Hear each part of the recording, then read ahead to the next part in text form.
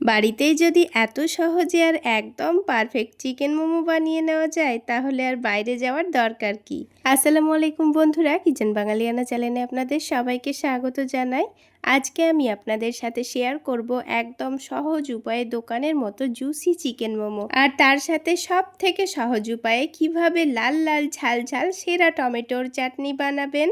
তো চলুন দেরি না করে ঝটপট দেখে নেওয়া যাক। চিকেন মোমো বানানোর জন্য এখানে আমি নিয়েছি এক বাটি মিহি করে কুচানো চিকেন। এর মধ্যে দিয়ে দিচ্ছি বেশ খানিকটা পরিমাণ পেঁয়াজ কুচি। এখানে আমি ওই চিকেনের সমানই পেঁয়াজটা নিয়েছি। এবার এর মধ্যে দিয়ে দিচ্ছি খানিকটা গাজর কুচি। আপনারা পছন্দ না করলে গাজরটা বাদও দিতে পারেন। আর সাথে অল্প একটু আদা, রসুন ও কাঁচামরিচ কুচি করে দিয়ে দিয়েছি। এই আদা রসুনের তাজা ফ্লেভারটা কিন্তু মোমোর স্বাদ দ্বিগুণ বাড়িয়ে দেয়। এবার এতে দিয়ে দিতে হবে বেশ খানিকটা লেবুর রস। লেবুর রস দিলে চিকেনের আষ্টে গন্ধটা যেমন একদম চলে যায়, তেমনি মোমোতে কিন্তু দারুণ একটা টক ঝাল ফ্লেভার তৈরি হয়। এরপর দিয়ে দিচ্ছি স্বাদ মতো লবণ, একটু ভাজা জিরা গুঁড়ো, চাট মশলা, খুব সুন্দর একটা কালারের জন্য কাশ্মীরি রেড চিলি পাউডার আর অল্প একটু চিনি। সব শেষে দিয়ে দিতে হবে সয়া সস। অনেকে মোমোর চিকেনে তেল ব্যবহার করেন, তবে আমি আজ কোনো তেল দিচ্ছি না। তেল না দিলেও লেবুর রস আর মশলার গুণে চিকেনটা একদম সফট ও জুসি থাকবে। আর একটু গোলমরিচের গুঁড়ো দিতে ভুলে গেছিলাম, তো সব শেষে দিয়ে দিচ্ছি। দিয়ে আবারও সব কিছু ভালো করে মেখে নেব। তো সব কিছু একসাথে খুব ভালো করে মাখানো হয়ে গেছে। এখন এই চিকেনটাকে খুব ভালোভাবে সেট হওয়ার জন্য আমি 10 থেকে 15 মিনিটের মতো ঢেকে রাখবো। তো চলুন এবার মোমোর জন্য ময়দাটা মেখে নিই। তো তার জন্য মিক্সিং বোলের মধ্যে 1.5 কাপ পরিমাণ ময়দা নিয়ে নিচ্ছি। তার মধ্যেই লবণ আর চিনি দিয়ে দেব। আপনারা যদি ময়দার মোমো না খেতে চান তাহলে ময়দার পরিবর্তে কিন্তু আটা দিয়েও মোমোগুলো বানাতে পারেন। তবে ময়দা দিয়ে বানালে কিন্তু দোকানের মতোই স্বাদ আসে।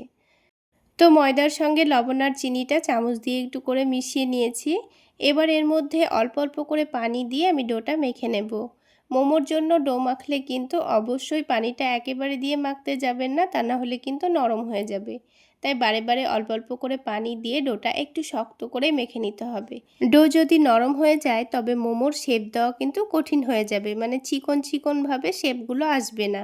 আর সেদ্ধ হওয়ার পর মোমো আঠালো হয়ে ছিঁড়ে যেতে পারে। তাই ডোটাকে একটু শক্ত করে মেখে নিতে হবে। তো ময়দা মাখা তো হয়ে গেল, এটাকে কিছুক্ষণ ঢেকে রেখে দেব। আর এর ফাঁকে চলুন ঝটপট বানিয়ে নিই মোমোর সেই স্পেশাল টমেটো চাটনিটা। চাটনি বানানোর জন্য প্যানের মধ্যে 1 টেবিল চামচ সরিষার তেল কড়া করে গরম করে নিয়েছি। তেলের মধ্যে দিয়ে দিচ্ছি 4 থেকে 5 কোয়া রসুন, 4 থেকে 5টা শুকনো মরিচ আর 4 টুকরো করে কাটা 2টো টমেটো।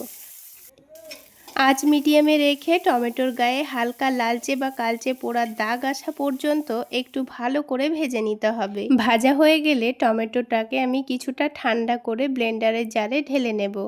এবার এর মধ্যে দিয়ে দিতে হবে স্বাদ মতো লবণ। স্বাদের ব্যালেন্স আনতে দিয়ে দিয়েছি 1 টেবিল চামচ চিনি, 1 টেবিল চামচ সয়া সস আর 2 টেবিল চামচ টমেটো কেচাপ, আর সব শেষে 1 টেবিল চামচ লেবুর রস দিয়ে দেব। এবার কোনো রকম পানি ছাড়াই কিন্তু স্মুথ করে ব্লেন্ড করে নেব। ব্লেন্ড করার সময় কিন্তু একদম পানি দেবেন না। টমেটোর নিজস্ব রস আর সস দিয়েই পারফেক্ট একটা ঘন টেক্সচার চলে আসবে। তাহলেই আমাদের দোকানের মতো টক ঝাল মিষ্টি স্পেশাল মোমোর চাটনি রেডি। এবার 10 মিনিট পর ঢাকনাটা তুলে ময়দাটাকে আবারও হাত দিয়ে 1 থেকে 2 মিনিট একটু ভালো করে মেখে নিচ্ছি। দেখুন রেস্টে রাখার কারণে কিন্তু ময়দার ডোটা আগের থেকে অনেক বেশি সফট আর স্মুথ হয়ে গেছে। এবার মোমোগুলো তৈরি করার সুবিধার জন্য আমি একটু বড় সাইজের লেচি কেটে নিচ্ছি। আপনারা চাইলে ছোট ছোট করে লেচি কেটে একটা একটা করে বেলেও নিতে পারেন। তবে আমি আজ বড় একটা পাতলা রুটি বেলে নেব। তারপর গ্লাস বা কুকি কাটার দিয়ে গোল গোল করে ছোট ছোট রুটি কেটে নেব। এতে একেবারে অনেকগুলো মোমো তৈরি হয়ে যাবে আর সময়ও বেঁচে যাবে। আর সব কটা মোমো দেখতে একদম একই সাইজের ও অনেকটা সুন্দর হবে। তো সবগুলো রুটি কিন্তু আমি একেবারে কেটে রাখছি না। প্রথমে যে কটা রুটি কেটেছি সেগুলো দিয়েই আমি প্রথমে মোমো বানিয়ে নেব। কারণ সবগুলো রুটি একেবারে কেটে রাখলে খোলা হাওয়ায় সেগুলো শুকিয়ে শক্ত হয়ে যেতে পারে। তখন মোমোর মুখটা আর সহজে আটকাবে না। আর দেখুন এতক্ষণ ম্যারিনেট থাকার পর চিকেনটার টেক্সচার কত সুন্দর ও জুসি হয়ে গেছে, আর খুব সুন্দর একটা গন্ধও বেরোচ্ছে। এবার একটা করে রুটি হাতের তালুতে নিয়ে মাঝখানে কিছুটা চিকেন দিয়ে দেব।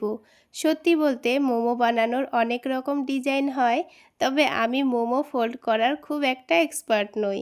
তাই সব থেকে সহজ আর সুন্দর যে ডিজাইনটা জানি সেটাই দেখাচ্ছি।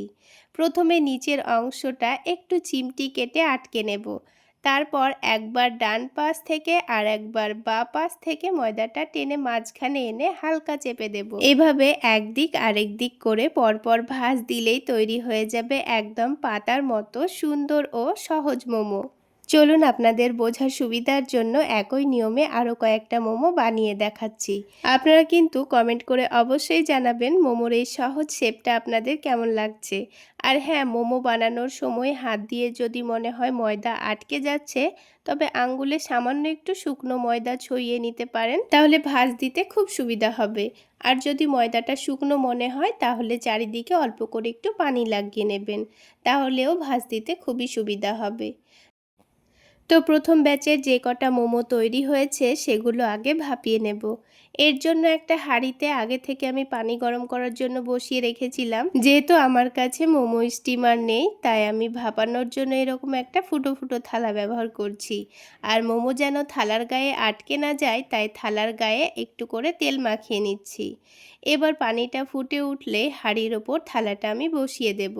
যেহেতু মোমোগুলো একটু ছোট সাইজের বানিয়েছি, তাই কিন্তু মাঝারি আঁচে ঢাকনা দিয়ে ঢেকে আমি 10 মিনিটের মতো ভাপিয়ে নেব। আর এই 10 মিনিটে মোমো ভাপাতে ভাপাতে বাকি মোমোগুলো আমি ঝটপট বানিয়ে নেব।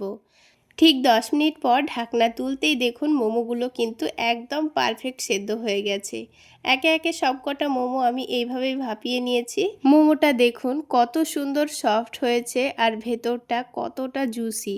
গরম গরম এই ধোয়া ওঠা মোমো আর সাথে ঝাল ঝাল চাটনি খেতে কিন্তু জাস্ট অসাধারণ হয়েছে।